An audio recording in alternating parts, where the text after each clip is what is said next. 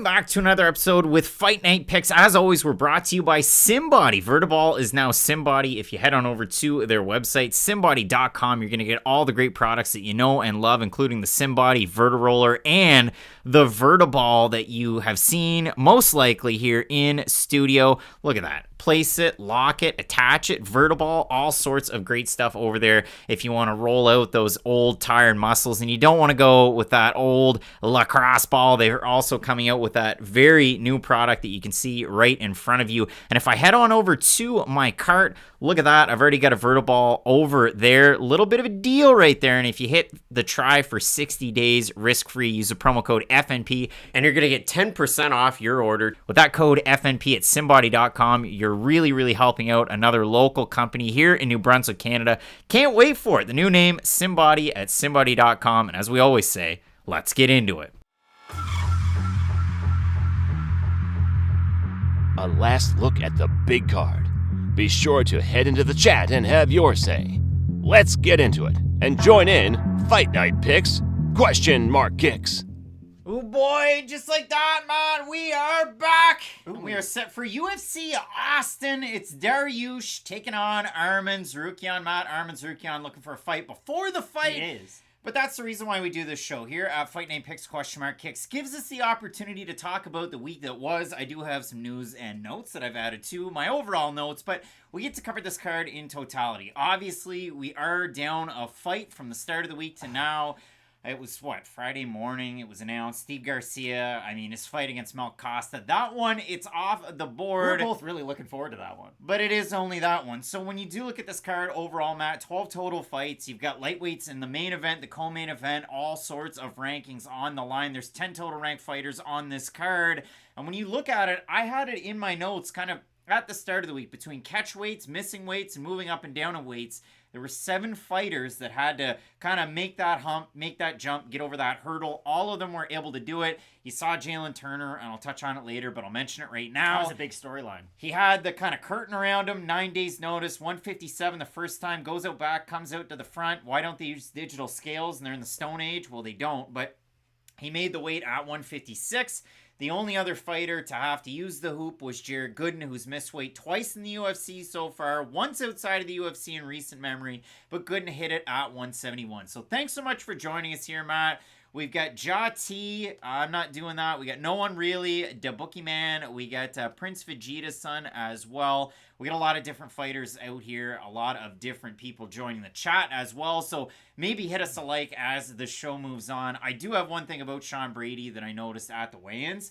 He's got an Andrei Arlovsky nose now that he didn't used to have, so it's melted like a stick of butter. But isn't that wild? So we have Sean Brady and Kelvin Gastelum on the card, and that's like a side note kind of at the end of it, right? Like, that's how entertaining this fight card is, and I think it is one of the better Fight Night cards that we do have, because we say this a lot, right? The end of these year cards sometimes just get thrown together with fighters who haven't had fights in quite a while, but I think this whole fight card is pretty entertaining. There's fights top to bottom. I knew we were both really excited for that Mel Costa-Steve Garcia fight. Man. Unfortunately, we're not getting that, but still, the fact that we're getting, like, Clay Guida's fighting on the prelims of a Fight Night card. That means the Fight He's Night on the card. main card, Oh, though. well, that's good. At least he is. Because that's going to be another phenomenal fight, too. It is going to be a really good card. Clay joining the chat. Lord Nikon as well. We've got Bartholomew Haywood. It is one of those big-time cards. We threw it out there to you guys. YouTube community tab. You guys voted for it. I'm interested to see. Your top pick for fight of the night, Matt. Rob Font taking on Deiveson Figueiredo. I love it. He had that kid with the curly hair as his hype man there at the weigh-ins, but yeah, he showed up. He made the weight. Obviously, the weights that you see in front of you, those aren't the actual weights. This is just a graphic from the start of the week.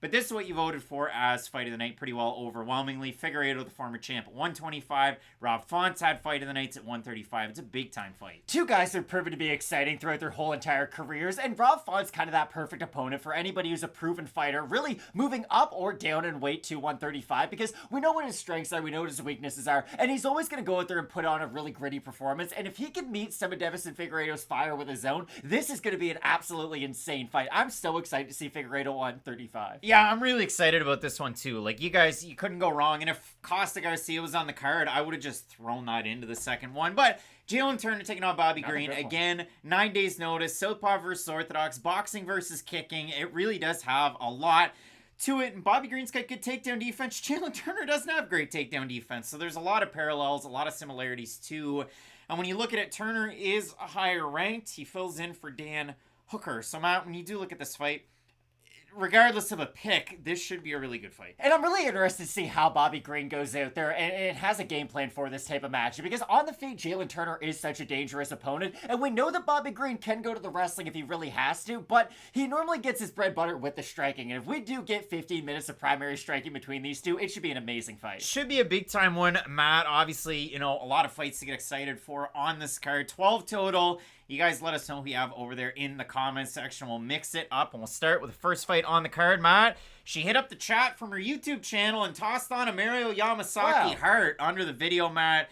If you're a fighter, don't listen to our videos. That's bad. Don't like tweets. That's bad, too. That happened twice this week at a Fighters on this card. But, Matt, Veronica Hardy, she was out there lurking, full reptile. They watch Fight Night Picks, They Matt. have good content. She's going to be taking on Jamey-Lyn Horth. And this is a matchup at 125. Horth, her debut was at 135 on short notice against Haley Cowan. She gets the win. It was a boring fight. But if you've seen Jamey-Lyn Horth's fights outside of the UFC, not the Cowan one, they're pretty exciting. She can bang, bro. Gets it done with the striking, porous takedown defense, good jiu-jitsu. And when you look at it for Veronica Hardy, she's a smaller fighter in pretty well every fight she's going to have, be it 115, be it 125. No difference in this one. At 135 as well, because she competed against BM Lucky, lost that matchup. But Hardy's an odd case because normally the shorter fighters got to crash the distance, like Figueiredo's going to have to do against Rob Font. But in the majority of the Hardy fights, she likes to strike from the outside with her Taekwondo and karate background. So I think this is a really good fight. The question there from Prince Vegeta-san, who is the best wrestling? Who is the best wrestling? Like in the UFC? Ever? Ever? Fuck, like...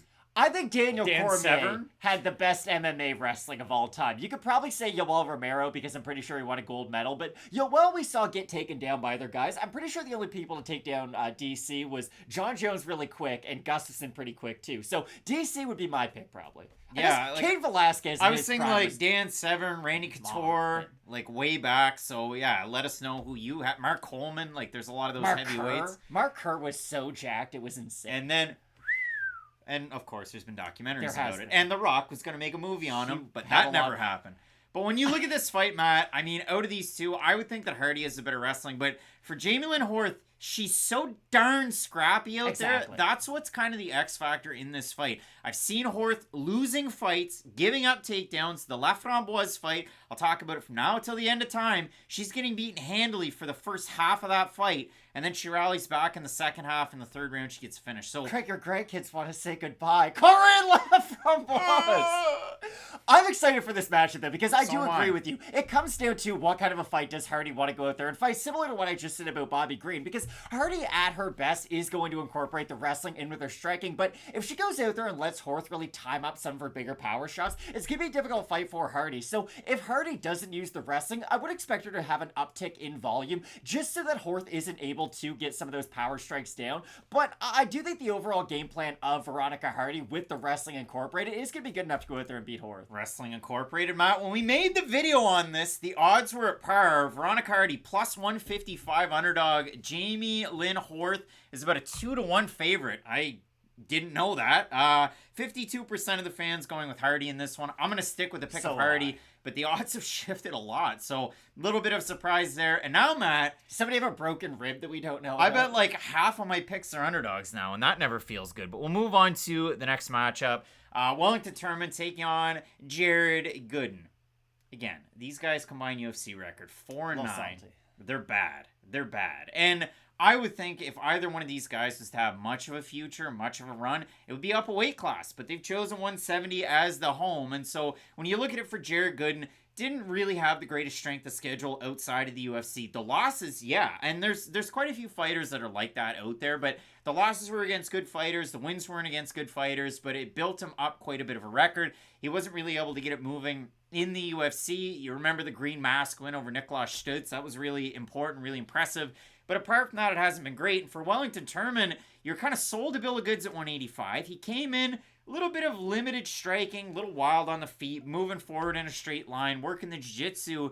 But again, you paid for a bill of goods. You didn't really pick up on that receipt. And that was the thing about Turman, right? Like, Yeah. my buddy Tim always says, you know when they're talking about the fighter when they're walking to the cage, if they say the fighter's in the best shape of their life, or they grew so much this training camp, they're probably getting flatlined and beat. It just never really works out for them. And Turman, it did feel like that was always the conversation going into the fight. It was, hey, he already is pretty well rounded, but look at these new parts of his game plan that he's been able to incorporate. And I do think the striking has improved throughout the tenure at the UFC level, because early on it really did come down to if he was able to get on top of his opponent, he'd look really good. And on the feet, he could get exposed by his opponent. It was hands down by his chest, head on the center line. Very stiff. Wouldn't move his head. And now he almost moves a little bit too much, but it has progressed a little bit. And you've seen And you'd rather it go that extreme than just not move, right? You've seen it from Wellington Turman, at the big gym, Teixeira MMA and Fitness. He's been training with Potieria. He's been training with the big guns. Rodolfo Bellato is on this card as well, training with him. So it all is in good totality. You look at it for Jared Gooden, though.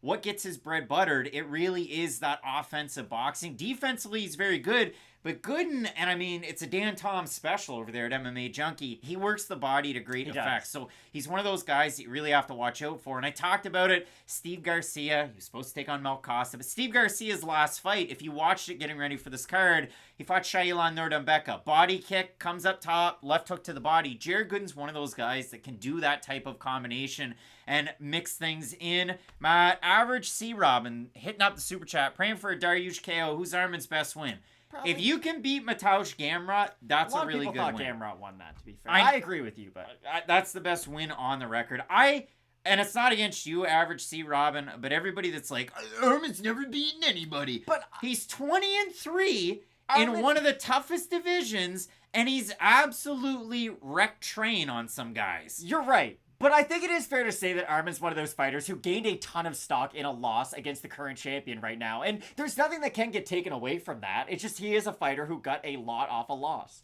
Yeah, Lenny's saying Turman doesn't have a chin. Yeah, he's got a bad chin. And he gets uncomfortable, too, once he starts to get touched up on the feet. And that's what I worry about in this fight. Because if Turman is able to incorporate the kicks, get his volume going a little bit, and start to threaten with the takedown, I think it's his fight to lose. But if he does start to get hit by that jab, and we see the much more tentative version of him, I could easily see Gooden taking over this fight. I think we'd said that at the start of the week as well, so you have to echo it here. 78% of the fans at Fight Night Picks in the poll going with Wellington Turman to win.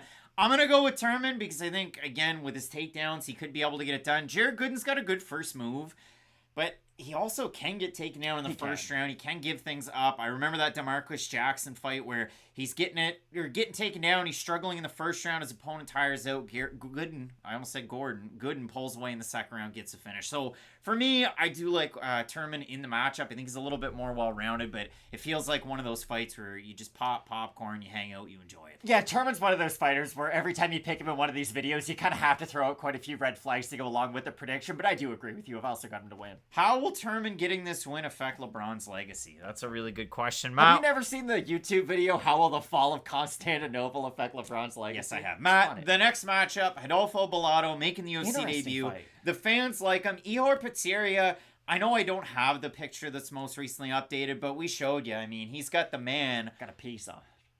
Pardon me? The crucifixion. And he now looks like a guy who didn't know how to ask for a haircut, so they just gave him a little boy haircut. He has no idea. Bangs in his face. It's a bad hairdo.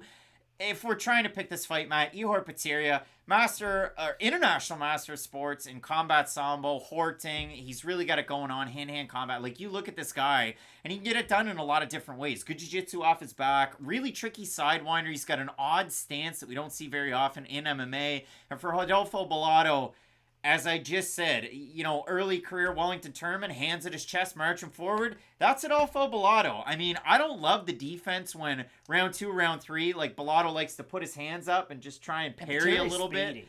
Parry with a little bit of no comeback. But for me, I like Rodolfo Bellato in the matchup because the big X factor for him is his takedowns and his jiu-jitsu that folks might not concentrate on when we're looking at the big power that can come back on his And way. I think Bellato's going to do enough with that top pressure. Again, Potieria is someone who is active from the bottom. He's going to look for sweeps. He's going to look to make it uncomfortable. I just don't know if it's going to be enough when Bellato's raining down really heavy ground and pound and making it uncomfortable for him off his back. And if Bellato can make enough use out of those top positions, I just don't know what version of Potieria we're going to get as this fight goes on. So I agree with you 100%. I do like Bellato in the matchup. I'm curious to see how they match him up after this, right? If he wins. Exactly, because let's say he does win. Potieria is a decent opponent to have, especially on your mantle. He fought Shogun. Like, he's a known guy at this point. He's got a really shiny record. You've always been critical of him, but he is more well-known than just your average UFC debut would say, so I'm interested to see who they'll match him up with next.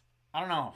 Like, he's 1-2 in the UFC. He did beat Shogun. He retired him in Brazil. But they've all just been notable fights, that's all. But the other two, he got finished by Olberg very quickly. He got finished by Nikolai Ned. Carlos Olberg's one of the better fighters in the division. He's on a run right. I just think for Potieria, it's a good fight to have in your debut because it's very winnable, and I think he has a bigger name than your average opponent would. I'm going to take him at face value, and I'm going to take Rodolfo Bellato in the fight match. 70% of the fans at Fight Night Picks going with Bellato to get the win. I mean, at the start of the week, I had Billy, don't you lose my number. Because, of course, we know for Bellato, those losses to Petrino, they are tough. Matt Linney's saying, never watch Bellato fight either. That's the only thing that scares me, but otherwise I'm confident. What? That sentence doesn't make any sense. Matt, we'll move into the next matchup. Drakkar Klose taking on Joe Solecki. Matt, I want the folks to toss a like as they continue to let us know over there in the comment section who they have. Because when you look at this fight, Drakkar Klose, time away, that's been a big thing, right? Like, he was, if you're talking known commodity, all the way up to the Dariush fight, this was one of those guys at 155. He had the herniated disc, the concussion issues from the big push from Jeremy Stevens. He was off for a really long time, beat Brandon Jenkins, beat Rafa Garcia, and then he tore his ACL. So he's been out for a year. He's 35, 155, kind of a young man's game.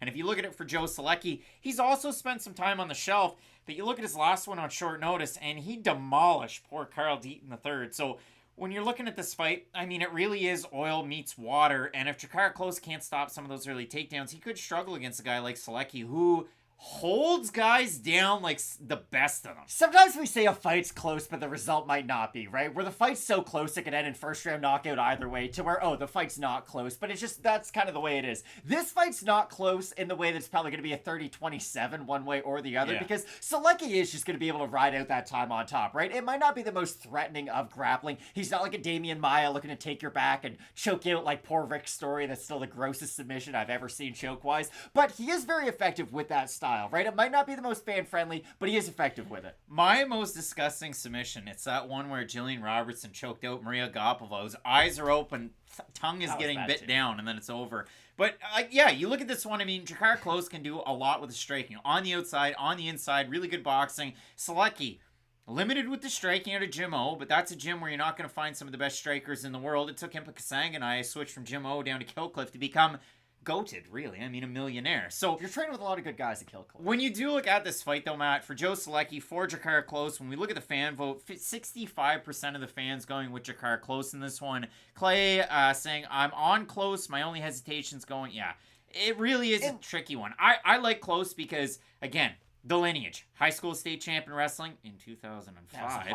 But he also went to North Idaho College, just like Kelvin Gastelum was on this card. Wrestling is the basis. The striking is gain. Whereas Joe Solecki, that iron is so sharp with his grappling and his wrestling, but his striking really doesn't carry him to much. And I know he did get that majority decision win over Alex de Silva, who's not really the greatest, but de Silva was able to showcase some pretty good strike in that fight. So that's why I do have Klose in this one. I think it's going to be a BS decision by the end of it, is what I think. It's going to be a fight where Drakkar Klose could be able to land a few good shots. He might even get a knockdown, but he is probably going to spend some time on his back to where it's going to come down to what wins out, the control time or the damage. I'm more likely to go with the damage, in that case, Drakkar Klose, but I do worry about him just spending minutes on his back because it's so hard to get that kind of damage back unless you do score some type of a knockdown. So Solecki has all the tools to win this fight, but I think the jab and some of those longer range boxing combinations of Klose are going to be able to give him the win. In the corner, Benson Henderson finally takes the toothpick out. What are you doing, Drakkar? Get off your back. Scramble, Matt.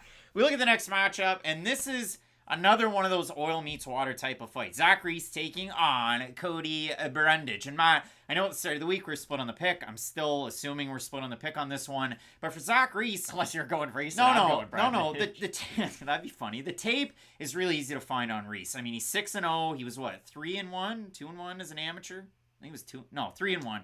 But if you go back, you can find all the amateur tape too. And for Zach Reese, the big thing is...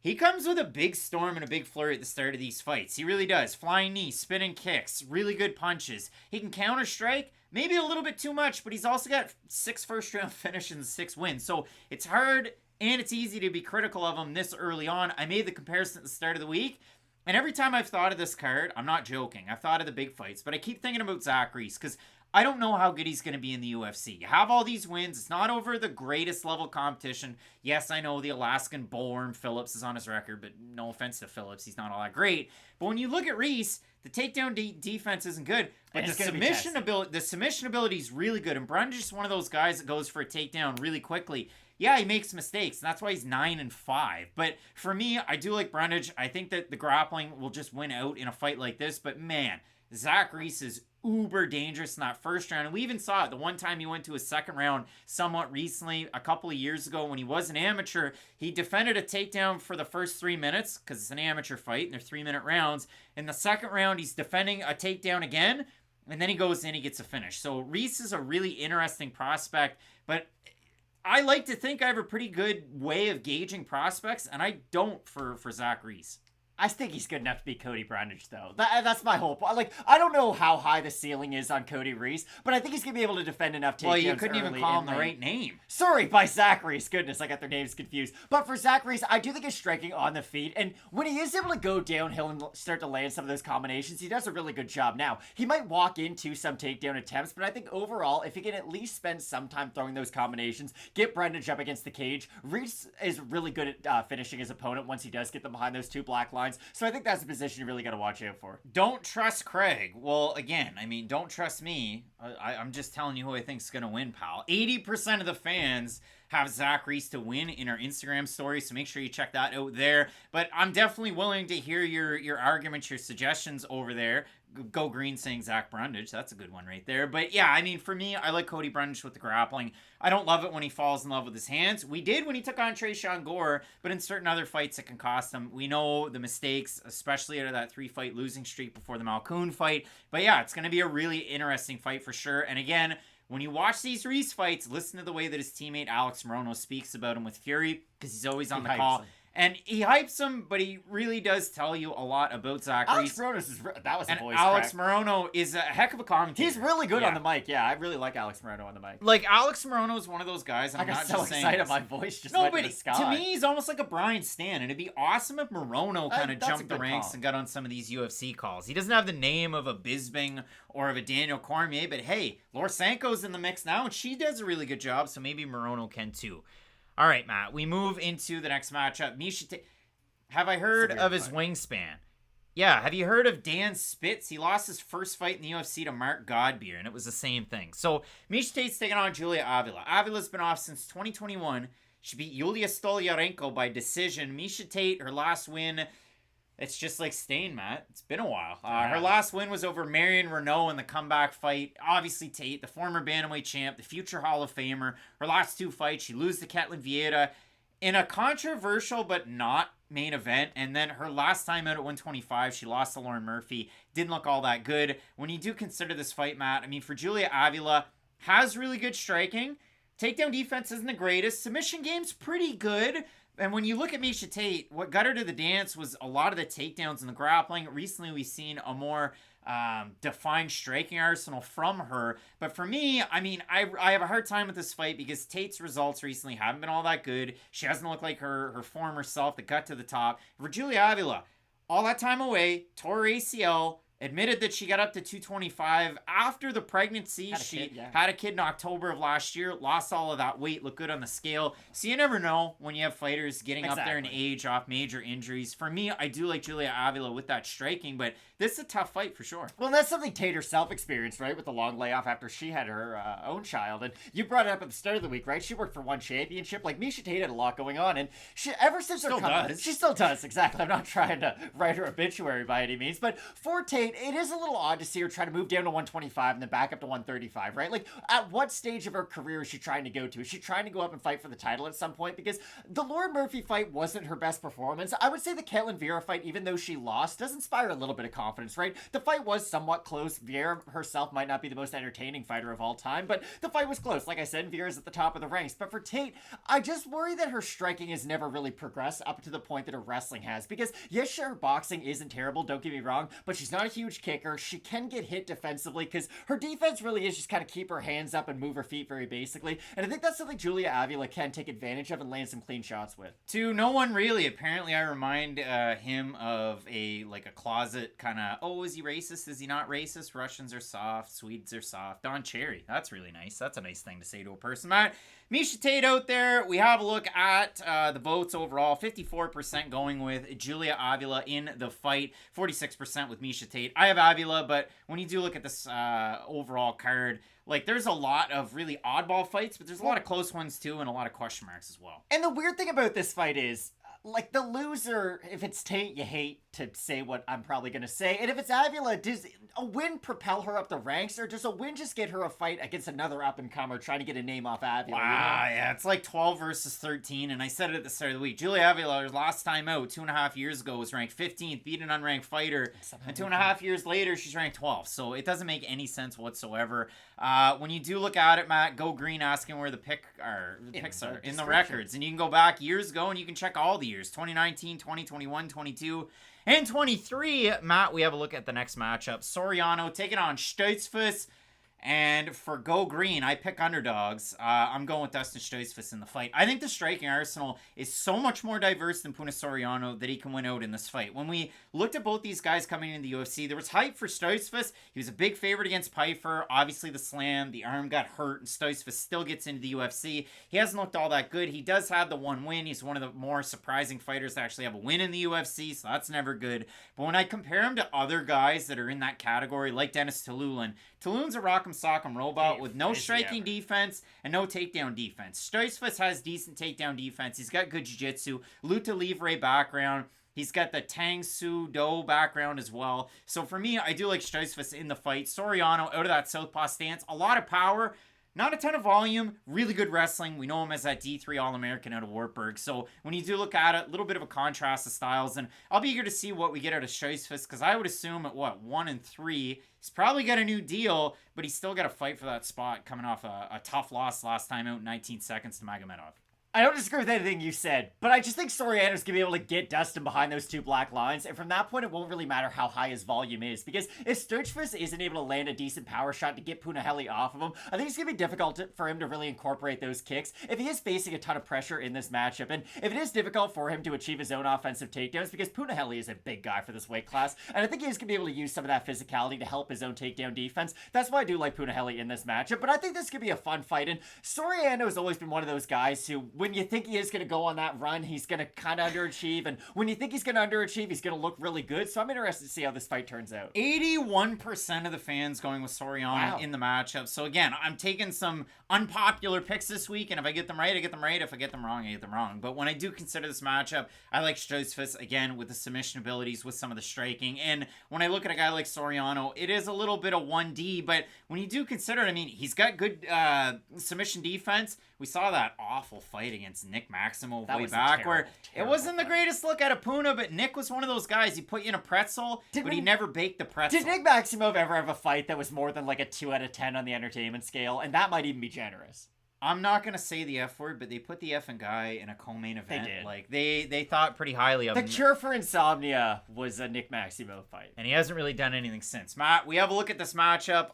This one, Clay Guida taking on Drop the Can, Joaquim Silva. Matt, this is on the main card, FYI. Which I'm happy about. The Carpenter Clay Guida, 41 years old. He's a few weeks shy of 42. And I mean, his last time out, he got outstruck round the outside by Rafa Garcia. Joaquim Silva, hammering a nail, stacking them bales like old Florida Georgia Line. This guy goes for the kill from jump, and it can leave him open to getting hit. And if Clay Guida is able to close the gap, make this fight kind of boring, slow down the timepiece. Clay Guida, we've seen at from 35 on, he's the Arlovsky of 155, and he can make these fights more competitive than you might think. He certainly can, and that's always been the fun thing about Clay Guida, right? He's old in his career, but he's not a fighter that you look at and think that he's putting in, like, sad performances, right? He's still making a fairly good account of himself, and he is showing a lot of similar skill sets that he was back in his prime. He's still going to go for a lot of the wrestling. You brought it up at the start of the week, and I agree with you. The accuracy numbers might not be where you want them to be, but he is still throwing at a very high output. It's not like the output itself has completely tailed off. I think for Guida, that's the most important thing, right? Because once that number goes from 200 to 100, he is going to become a different fighter, and that's when you have to start to worry. And his biggest advantage in this matchup is going to be the output, but that's also going to put him in the line of danger against a guy like Silva, who is able to land such big power shots, and I just don't know if Guida at this stage of his career is going to be able to eat such consistent power shots. Prince Vegeta's son, Silva has 0 takedowns or offensive grappling stats, but his nickname's Neto BJJ for his old jiu-jitsu school. We'll see if he's able to kind of bring the power into the matchup. But to your point with Clay Guida, the numbers his last time out, he got outstruck 141 to 63 in terms of significant strikes. And on his volume, he hit on 63 of 252 significant strike attempts. That's my point, though. 250 is still a decent number to see, even if he's not landing all of those. It's once he goes down to 120 and he's only landing 20 of those, that's when the numbers really start to become concerning. So the rates might be going down, but the volume's career 2.63 strikes landed per minute to 3.01 absorbed for a 33% accuracy rate is Clay Guida. We have a look at the fan vote. 74% going with Joaquim Silva to get the win. And yeah, I mean, for me, would I be surprised if Clay Guida won this fight? No. Because again, Neto BJJ goes for some of those big shots. He can get countered. You saw that in the Rick Glenn fight. You can see that against Tsarukyan. And he leaves himself out there a lot in those extra half seconds to where he can get taken down. You saw that. Again, Tsarukyan's kind of at that apex of figuring his opponents out that way. But Neto BJJ. There's a reason why he's not ranked in the top 15, and he didn't fight for the longest time. He had really long layoffs. Got all the skills, though, you know? He's one of those guys that you think is just, he's right there, but he's not. Just like Kelvin Gastelum. Now, Kelvin Gastelum got to a title shot, albeit interim, against Israel Adesanya, had a Fight of the Year contender a few years ago. Gastelum has those records on his win. You might remember UFC 217, Bisping lose to GSP a few weeks later. Who's knocking on the door? It's Gastelum. Well, Dana White, probably. Yeah, that was a weird fight. But Gastelum gets that win. So, Matt, when you look at this fight, Gastelum cut from that same cloth of a Drakkar Klose to where wrestling was the background. Now, Gastelum uses it more offensively than Klose will. And we saw that in one of his more recent wins. Not his last time out against Chris Curtis, but the fight that he had won before that. The Ian Heinisch fight, Kelvin Gastelum looked like the best wrestler in the face of this earth. He absolutely beat Ian Heinisch at his game. So when you look at a Gastelum fight, Matt, boxing in tight, some of the kicks on the outside, the leg kicks, he kind of will do that little bit of a pullback with the no payback from his hands, but the wrestling can be very good. For Sean Brady, I don't know if people went out there on Fight Pass this week and watched his knockout of Chauncey Foxworth, but you can watch that one. You saw his knockdown? That was a pullback counter in his debut against one Court the Crusher McGee, another Ultimate Fighter winner. But Matt, when we look at this one, Brady looking to get back on the hump. He had the injuries throughout the last year, out of a fight against Michel Pereira, out of a fight against Jack Della Maddalena. He's in on this one for Gastelum. The big story too, he makes 170 on the nose. He was 180 pounds against Tyron Woodley for a 170 fight at one point. So really good to see there. People are down on Brady. People are bleh on Gastelum, but I'd like to get your thoughts on this fight. It is an oddly important fight for two guys who have built up so much respect in the minds of UFC fans, right? Like, Sean Brady is still a really talented 170er who, if he's able to win a few fights, could easily find himself right back there in the top 10 fighting in main event, co-main event fight night slots without a doubt. And for Gastelum, like you brought up, fought for a title, had one of the greatest fights of all time against Adesanya, had a ton of just really high-profile matchups, not only at 170, but at 185 as well. So for these guys to both be at this stage of their careers where the hype is so low is a little bit surprising, even though I am still really excited for this matchup. And I brought it up to you before we even started filming. I was surprised to see Gastelum make weight. I won't lie whatsoever. I was really surprised to see a guy who now at 32 was able to do something he had trouble at 23 doing. So congratulations to Kelvin Gastelum. Honestly, it was really impressive to see. And you know what it was enough to make me do, Craig? It was enough to make me switch my pick. Oh, we're going to get it wrong now. That might be the case, but I think Kelvin Gastelum must have trained like an absolute animal to make 170. And listen, I'm assuming he had to for 185 too. But the one good thing that weight cutting does require athletes to do is you got to make sure everything in your training camp is almost perfect, and you have to make sure that you get in phenomenal shape for the fight. And I think going down to 170 might have put some of those restrictions on Kelvin Gastelum to maybe bring out the better version of him. So if he can defend the takedowns of Sean Brady and make him uncomfortable on the feet, I think we might be able to see a vintage Kelvin Gastelum fight, because it's a little bit like the Tim Kennedy fight, right? Tim Kennedy's not terrible on the feet, but he's not nearly as good as he is on the mat. Sean Brady, a dominant fighter from the top position on the mat, a little bit limited on the feet. I think there's a couple parallels that you can draw between the two. Again, we went through it at the start of the week. You think of guys that were able to beat Kelvin Gastelum with wrestling, top of mind, main event, fight of the night. Neil Magny was able to do it, and you go back. He got dropped 3 times. You look at these Gastelum wins too. I mean, my favorite one is his no contest when he finished Vitor Belfort. That was a huge win for him at the time. 1-2. But he was sticking that dank herb in the pipe, and he wasn't able to get it done. Again, 55% of the fans I remember how mad his mom was when that came out. That was like low-key hilarious. Going with Kelvin Gastelum. I have Gastelum as well in the matchup. I think the striking can be the big difference maker. But again, if you have Sean Brady, let us know. There's no wrong answer until later on tonight. And again, Sean Brady has one of those skill sets where his strength is an absolute 10 out of 10. So if he can get the fight in that one position, I don't care who you are, whether you're the champion or whether you're coming off Contender Series, he can beat you in that spot. So if he gets Gastelum down, it could be a wrap. Weird Uncle Terry, somebody made a YouTube profile for that. Tell your Weird Uncle Terry about this fight. Steve Garcia, Mel Costa. See you later. But Matt, when we do consider this one, it is a big time fight at 170, and it makes out quite well. When you look at this one, Matt, 135, Rob Font taking on Deiveson Figueiredo. Somebody said, did you guys even watch the weigh-in show? Not the whole thing. I watched the highlights when they actually weighed in. And Deiveson Figueiredo had a small child with a lot of hair and a Jumpman shirt. He was rocking that Jordan. And Deiveson showing up like he's Tony Ferguson with the old 2000 sunglasses. He weighs in 135. You love to see it there. When you look at it for Rob Font, made weight. You like to see that. I mean, he missed weight against Marlon Vera. His last fight out was a catch weight against Corey Sandhagen. So, an awesome fight.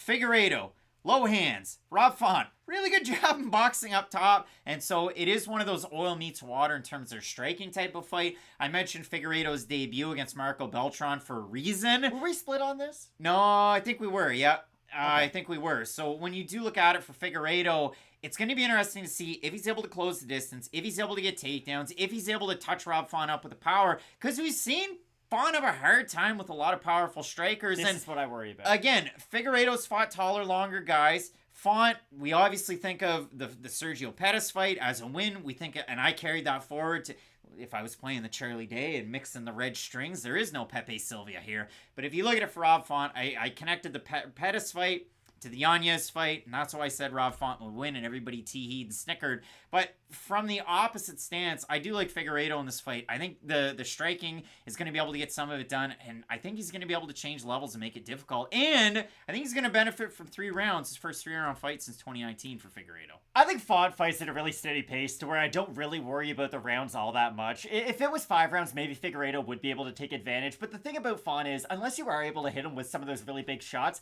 he is just going to pretty much stay the same. And not even like a 5 out of 10 work rate. He's going to be like an 8 out of 10 work rate for the majority of the matchup. This is what I worry about, though. His jab might get himself into trouble. Like, Deiveson Figueiredo might not even have to cut the cage off all that well to be able to land some of those power shots. And that's the one big problem I have, even though I am going to pick Rob Font for this fight. If he almost gets a little bit too comfortable landing the jab, stepping into range, trying to land his own power shots, and misses with a big hook, Figueiredo has enough power at 135, at least I believe. We haven't seen him here yet, but he destroyed guys at 125. Rob Font reminds me of baseball players this past summer, right? Because you got the pitch clock, and at a certain point, you got to have your eyes facing the pitcher, and if you don't bring yourself set, then automatically it's a strike against you. And man, Manny Machado was bad at that. But if you look at Rob Font, he kind of does that a little bit. He almost gets himself into a stance, he'll plant his feet a little bit, and ready to hit that jab, and sometimes he'll be able to throw the right cross off it. But if on those half beats Figueiredo is able to pull away, I mean, he could very well get the win. So again, we are split on this one at Fight Night Picks. Matt, the votes are really close. 54% of the fans going with Figueiredo. This is what happens when you're champion, though, right? Like, we talked about this with even Miesha Tate fighting Julia Avila at this stage of her career. When you reach that level to where you're, you know, a little bit older, even though Figueiredo's still kind of in his prime, there's no easy fights whatsoever. Like, your debut at 135 is against Rob Font. That's not an easy fight for anybody at 135 pounds, so it just tells you how respected Figueiredo really is, because he is one of the great fighters in flyweight history. Yeah, I would say Hall of Famer, but listen, I mean, Hall of Fame... Well, the UFC Hall of Fame, just how many hands have you shaken this week? Jamey-Lyn Turner taking on Bobby Green. Turner, 157 the first time, comes back in, hoop around 156. So you like to see that. Again, 9 days notice, replaces Dan Hooker, which was Jamey-Lyn Turner's last fight. And that was kind of a controversial split decision. I thought it was less controversial, a split loss to Mateusz Gamrot. All of a sudden, fans hate Mateusz Gamrot, and I don't understand why. But, Matt, when you look at this fight, Bobby Green, he's put together some really big wins. His last time out, a main event against Grant Dawson, knocks him out inside the first round, steals all the hype, and all of a sudden, he is that hotness. Now, the UFC record isn't all that sexy. The overall body of work, though, it is.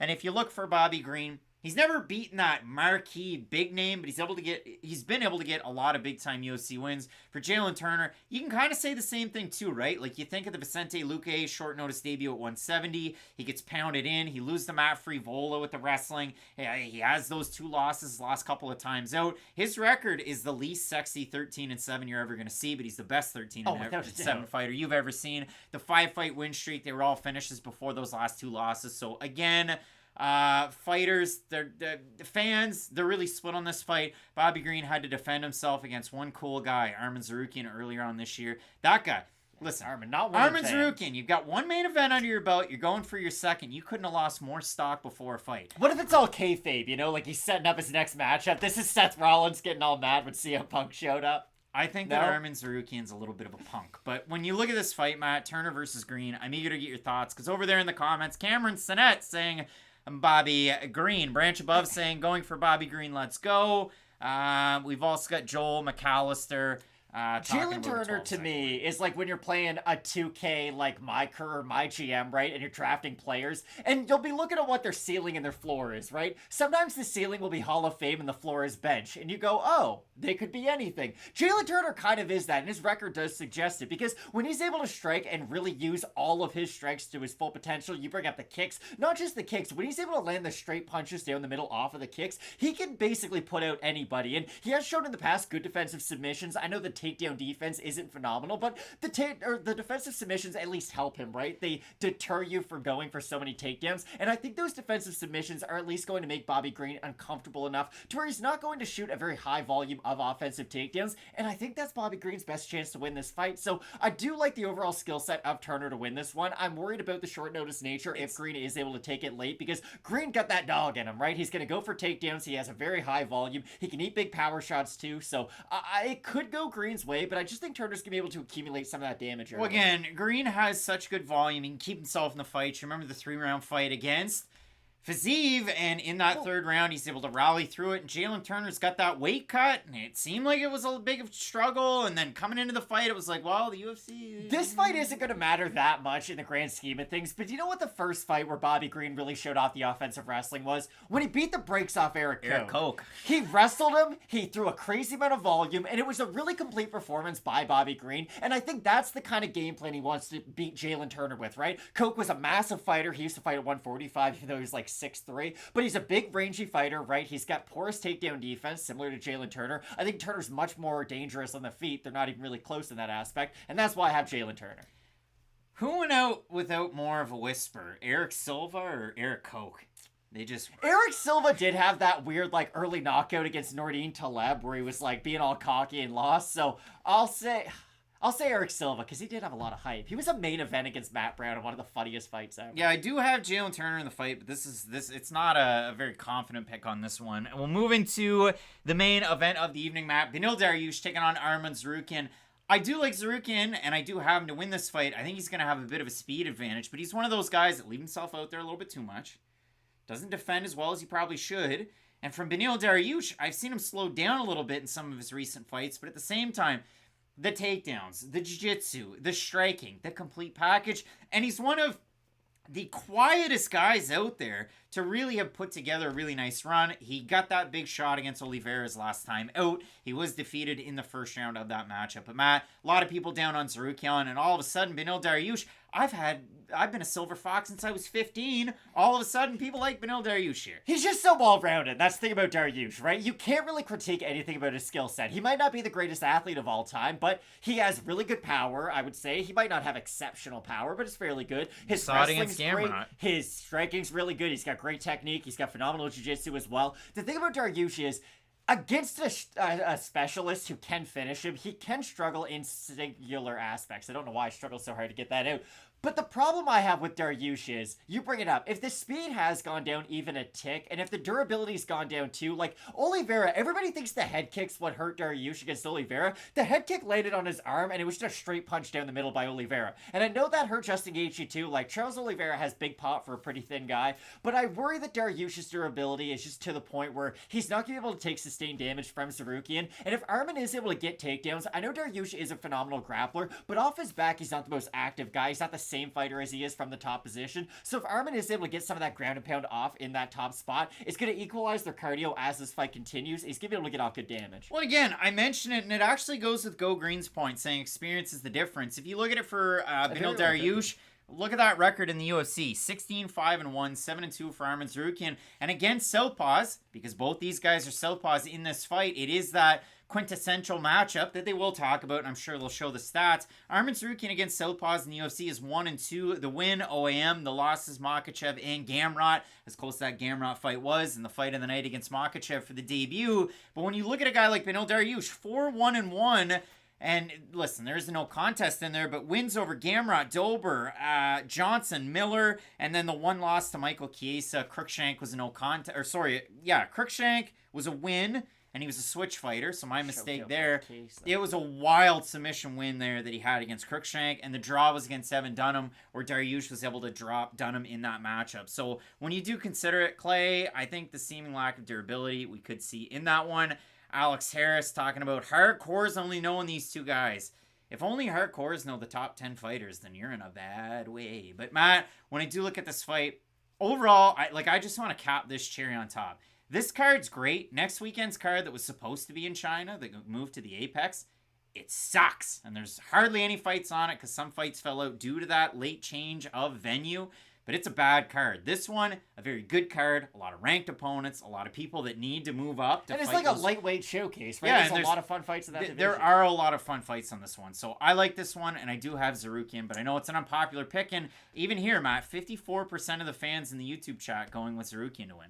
I have Tsarukyan, but I think it's going to be a really difficult fight because I do think he's going to face adversity at some point, be it with the grappling or the striking. I don't just think it's going to be one-way traffic for him with the wrestling. We could see that, but at some point he is going to have to strike with Beneil, and I think either a kick or an overhand of Dariush might be able to get through and land something that hurts Arman. It's a really close fight, though. I think it's a lot closer than the odds might suggest, but I do like Arman in the match. Alex Harris, our mom calls MMA the kick and punch, and she only knows Conor McGregor, so I don't think she's going to know any other fighter. She wouldn't be able to list a single champ in the UFC. Maybe John Jones, probably not. Would you think? You don't gotta take everything so serious. I'm having a good time, Matt. All right, Matt. We reset the deck. We look at the bottom of the card. You're drinking out of a can that's got nothing in it. Veronica Hardy taking on Jamey-Lyn Horth, Matt. I have Hardy in the matchup. I also have Hardy, but it comes down to her improvements. And the good thing about Hardy is we have seen her make those improvements, especially as of late. But I think she's going to need the wrestling because if she goes out there and just strikes with Horth, I don't think she's going to be able to win. Weird Uncle Terry, Newfoundland steaks and Molson's. I have Newfoundland steak in my fridge right now. The cut up bologna, you put the Cajun sauce on it. Mwah. A little bit of sourdough. You're having a good time. Matt, we look at the next matchup. Turman taking on Jared Gooden. Jared Gooden, I do have Wellington Turman in the fight. I've also got Turman, but you never feel confident picking Turman. All right, Matt, we look at our next matchup. It is Bellato taking on Potieria. The back of Phil Collins' head, I can feel it coming in the air tonight. I've got Rodolfo Bellato to get the win. I've also got Rodolfo Bellato, but it should be an interesting fight. And again, I'm curious to see what they match him up with next if he is able to get the win. Alex Harris, oddly enough, I have 2 Dariush signed cards. They just so happen open and packed. You get them. Drakkar Klose taking on Joe Solecki. I like Drakkar Klose in this fight. I like Klose as well. All right, Matt, we look at the next one. Reese versus Brundage. Give me Brundage. It's unpopular, but I'll take Zach Reese. All right, we look at our next matchup, and it is, of course, Tate versus Avila. I'm going to go with Julia Avila, the Raging Panda. I've also got Avila in the matchup. All right, Matt. The next matchup, it is another not so popular pick. I've got Dustin Stoltzfus in the matchup. I like Soriano. I just think his takedown defense is going to be good enough to keep this fight on the feet, and I think his pressure is going to be able to eliminate some of the kicks from Stoltzfus. I don't like his striking, so that's why I've got Stoltzfus, Matt. Guida taking on Joaquim Silva. I don't like anything about this one. I'm going to go with Joaquim Silva, but it's kind of a wash. I just worry about how many shots Clay Guida is going to walk into. Like the Jim Miller fight, that was tough. Like, if this goes to decision, it's probably 70-30 Clay Guida wins this fight. I just don't know if he's going to be able to make it to the decisions, the problem. Maybe it's a fight where he wins round 1 and 2, but he gets finished in the third. I just think Silva's power is going to be the difference maker. One of the best moments from Trailer Park Boys to Bartholomew of Haywood's comment is, what do you think you're doing, Susudio? When Ricky says that to Philadelphia Phil Collins. Matt, the Dirty Mustard Tiger. Sean Brady's taking on Kelvin Gastelum. I've got a dropped phone, but I've got Kelvin Gastelum in the fight. I'm going to switch the pick on this one. I originally had Sean Brady because I just questioned how Gastelum was going to look at 170, but he looked a heck of a lot better than I thought he was going to. I think the overall boxing is going to make Brady uncomfortable enough on the feet to where he starts shooting for some of those more panic takedowns, and if that's the case, Gastelum should be able to land power shots. But the thing about Kelvin is, he hasn't necessarily been the same powerful striker as he was kind of pre-Adesanya fight, right? He was putting guys down with that straight left shot over and over and over again. You do worry that that fight might have just made him change his just style a little bit, but I still think his striking is good enough to get the win. All right, Matt. The next matchup, it is Font versus Figueiredo. I've got the former champ in Figueiredo to get the win in this one. I think this is my favorite fight of the night. The power in the striking of a guy like Figueiredo, he doesn't hold back. He does have a little bit of lower volume compared to a guy like Rob Font, and if he's stuck on the outside of the jab, he could have a problem, but when you look at Font, there's not a lot of kicks, so to cut the range with the jab, you move your head quite a bit. Figueiredo's got a lot of movement that way. He does have those low hands, so it does make me worry, but I do like Figueiredo. Craig's like, I just slip his 2 and knock him out. I think Rob Font's overall volume is going to be enough. He does have great accuracy when he does let his hands go, and that's what I think is going to not allow Figueiredo to close the distance, but I brought it up. Font's going to put himself in danger in this fight, and that's what worries me. If he does start to let his own hands go and Figueiredo is able to counter some of the punches, I think Figueiredo's power should be able to translate up a weight class. Again, we haven't seen it yet, but there's nothing from 125 that makes me think he can't punch 10 pounds higher. So I think Figueiredo has a great opportunity, but I do like Font in the match. One of my favorite memories from going down to the fights in Maine was going to Bangor at the auditorium at the University of Maine.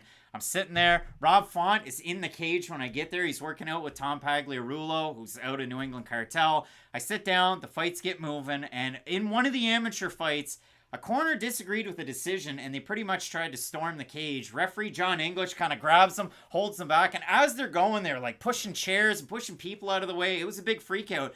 And John English came over, grabbed the back of my chair. He goes, "Hey, buddy, are you all right?" And every time I went to the fights down there, John English was A1. He was one of the nicest guys. Shout out John English. Shout out John English. When I see him refereeing fights, it I hope brings... he's having a great holiday season. It brings a smile to my face, just like referee Kevin McDonald. Those two guys are really nice, just from those experiences. Matt, co-main event, Jalen Turner taking on Bobby Green. I got Jalen Turner. I never pick people on short notice. Yeah, the weight cut was tough, and Bobby Green is a gamer as fights go on. So this could be a really tough one for Turner, but I do like him. Yeah, the later the fight goes, the better chance Bobby Green has to win it, but I think Turner's going to be able to catch him with a big shot. All right, Matt, and it's time.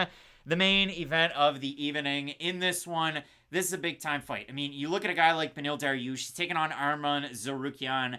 And in this fight, I mean, both guys can wrestle. Both guys can get a little bit of that jiu-jitsu in play. As our mom would say, they can kick, they can punch. They can kick, they can punch. And when you do look at it, I think Tsarukyan can get it done. I mean, I do think he's got a little bit of a speed advantage, but he leaves himself out there that extra half second a little bit too long in some of his fights, like a guy like Joaquim Silva, to where Dariush could capitalize. And again, southpaw versus southpaw, this ultimately by the numbers and just by what's occurred in their recent UFC careers, Dariush has been on the winning end of these southpaw versus southpaw matchups. So I do like Arman Tsarukyan in the fight, but this is a really competitive fight in a main event at 155. If Beneil, like, Scott Holtzman's him, if he just knocks over the spinning back fist, that'd be one of the craziest things you'll ever see. I do think Arman's overall well-roundedness in his game is going to pair well against somebody like Beneil, right? Because where does Beneil normally succeed? If you have a single weakness, well, he's pretty good everywhere, so we can take advantage of it. Armin's not necessarily a fighter that you can do that with. Again, the striking might not be of the caliber of somebody like Dariush, but it's not like Tsarukyan is such a zero on the feet to where you just worry about him at every single moment. So I do think Armin's going to get the win, but I think this could be a very competitive fight. Cameron Sinnett saying Armin's a terrible wrestler. That's a bad comment. Like, I know if what it's you're trying. WWE style. I know you're trying to be funny, but like that's a bad comment. It just is. But Matt, when we look forward, again, it's a little bit of a lean card. I mean, when they do decide they want to go to the Apex, they don't really tend to stack them. Song Yadong taking on Chris Gutierrez in the main event. That's coming up next weekend. Yeah. Get excited about Ryani Dos Santos taking on not Jacqueline Amaram. It's a fighter that won a draw, Talita Alencar. You don't win draws, but she drew her last time out. They signed not Alexa her. Grasso would beg to differ after She her didn't last get fight. signed in the draw. Stephanie What's-Her-Face did. Matt, I don't care about next weekend's card. I'm going to do a lot of research for it. I'll care by tomorrow when we tape it, but it's a bad one. Main event should be an entertaining fight, though. Question from Real MMA Breakdown. Why do you guys not do fight companions? Because if you talk for 6 hours and a few thousand people watch, it's not worth it. I enjoy my time. All right, Matt. We like MMA, but do you really think we want to talk just during Song Yadong versus Chris Gutierrez for 25 straight minutes? Oh, look at the jab. Look at the leg kick. Leg kick. Just repeat yourself for 15 It's like straight the lightning minutes. bolt larper. All right, Matt. We're going to leave you there. Enjoy the fights today. Have Make a sure you great toss a like on the way out and check out those videos next week. It's going to be a lot of fun. You're going to want to keep it locked in with Fight Night Picks. We always say, let's get into it.